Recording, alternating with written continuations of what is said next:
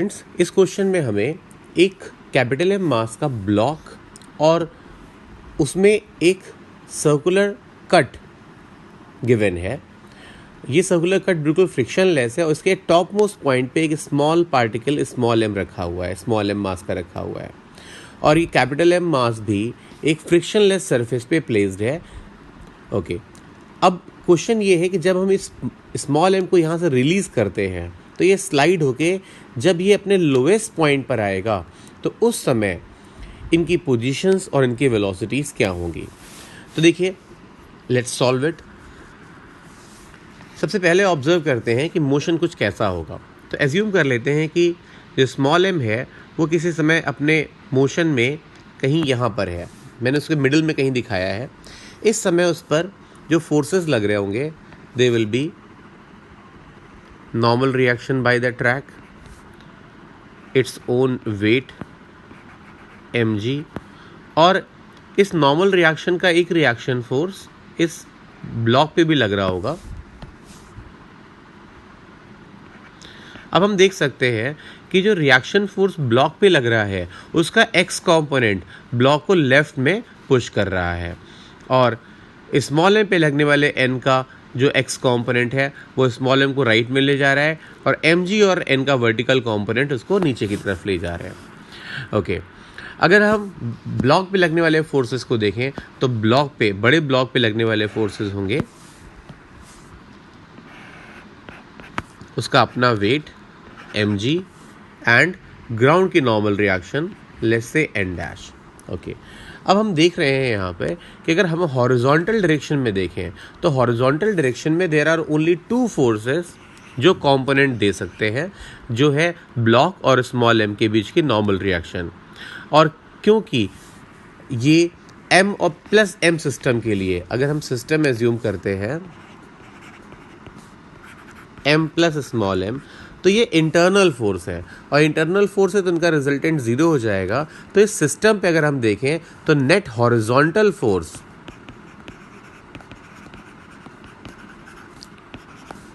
Zero है, because कोई भी तरह, किसी भी तरह का ग्राउंड पे फ्रिक्शन नहीं है और आप देख रहे हैं जितने भी फोर्सेस लग रहे हैं सब वर्टिकल हैं एक्सेप्ट दिस इंटरनल फोर्स, और इंटरनल फोर्स तो pair wise equal and opposite है, इसलिए उनका रिजल्टेंट जीरो हो जाएगा। तो हम ऐसे कह सकते हैं कि इस सिस्टम का जो सेंटर ऑफ मास है वो हॉरिजॉन्टल डायरेक्शन में मूव नहीं करेगा और ऐसे में एक कंडीशन होती है m1 delta r1 plus m2 delta r2, वो यहाँ होल्ड करेगी क्योंकि सिस्टम भी इनिशियली रेस्ट में है। ओके, अब हम देखते हैं। पहले मैंने मान लिया है कि capital M x distance left जा रहा है। Okay, capital M x distance left जा रहा है। तो अगर capital M x distance left जा रहा है तो ये लेफ्ट अगर हम ना भी एज्यूम करें, हम मान लें कि कैपिटल M का डिस्प्लेसमेंट एक्चुअली x है, तो m1 की जगह हम लिख सकते हैं कैपिटल M और उसका डिस्प्लेसमेंट क्या लिख सकते हैं, x plus small m। Small m का देखिए, स्मॉल m का हॉरिजॉन्टल मूवमेंट कैपिटल M के रिस्पेक्ट में r हुआ है। हालांकि ये वर्टिकल में भी मूव किया है लेकिन हॉरिजॉन्टल डिस्प्लेसमेंट कैपिटल M के रिस्पेक्ट में कितना है, r।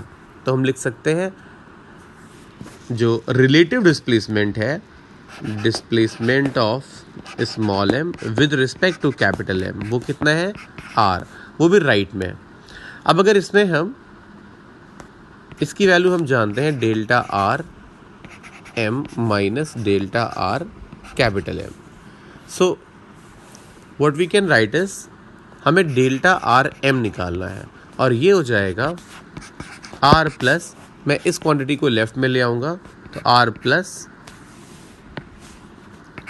Delta r capital M, so delta r small m would be r plus x। तो ये मैं क्वांटिटी को इस जगह प्लेस कर सकता हूँ, तो यहाँ पे आ जाएगा m multiplied by r plus x equals to 0। अब हमें ये रिजल्ट जो देगा, देखिए ये क्वेश्चन हमें क्या रिजल्ट देती है, लेट अस सी।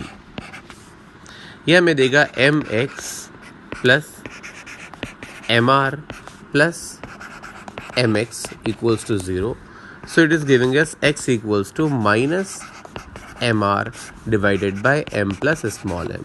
इसका मतलब है कि displacement of capital M negative है। नेगेटिव का मतलब कि ये लेफ़्ट डायरेक्शन में है। तो जैसा कि हमने गेस भी किया था कि एन का कंपोनेंट कैपिटल एम पे लेफ्ट में लग रहा है एक्स कंपोनेंट, इसलिए इसका डिस्प्लेसमेंट भी लेफ्ट में होना चाहिए। Next question is about velocity, कि इनकी वेलोसिटीज़ क्या होंगी। तो आइए देखिए वो भी सॉल्व करते हैं। जैसा कि हम देख पा रहे हैं कि कैपिटल एम हॉरिजॉन्टल डायरेक्शन में ही मूव करेगा, लेकिन स्मॉल एम वर्टिकल में आर हाइट नीचे गिर गया है। तो हम कह सकते हैं कि सिस्टम की लॉस इन पोटेंशियल एनर्जी हो गई एम जी आर, और लॉस इन पोटेंशियल एनर्जी ही गेन इन काइनेटिक एनर्जी होगी। तो जैसा कि हमने एज्यूम किया है कि capital M is moving with velocity capital V and small M is moving with velocity U towards right. So the gain in kinetic energy would be half small M U square plus half capital M V square. Equation number 1। और साथ ही में horizontal direction में momentum भी conserve होगा। So conserving linear momentum, conservation of momentum in x direction, we see capital M V equals to small M u. That is equation number 2। तो अगर इनको सॉल्व करते हैं और हमें निकालना है मान लीजिए पॉइंट मास स्मॉल एम की वेलोसिटी, तो हम एक काम कर सकते हैं, यहाँ पे हम v को रिप्लेस कर सकते हैं। तो देखिए क्या बन जाएगा, small M G R equals to half M U square plus half capital M, and at the place of v square we can use M square U square upon capital M. एक small M cancel हो जाता है,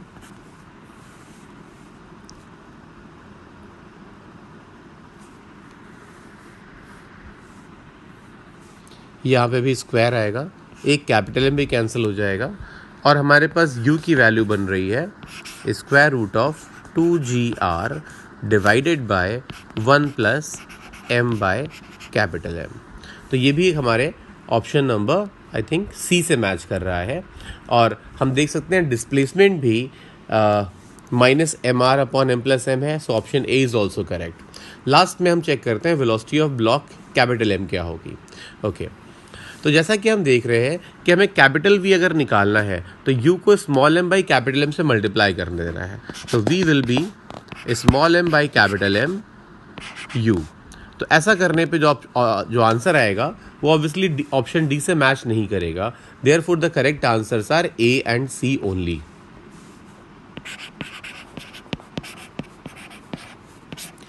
thank you.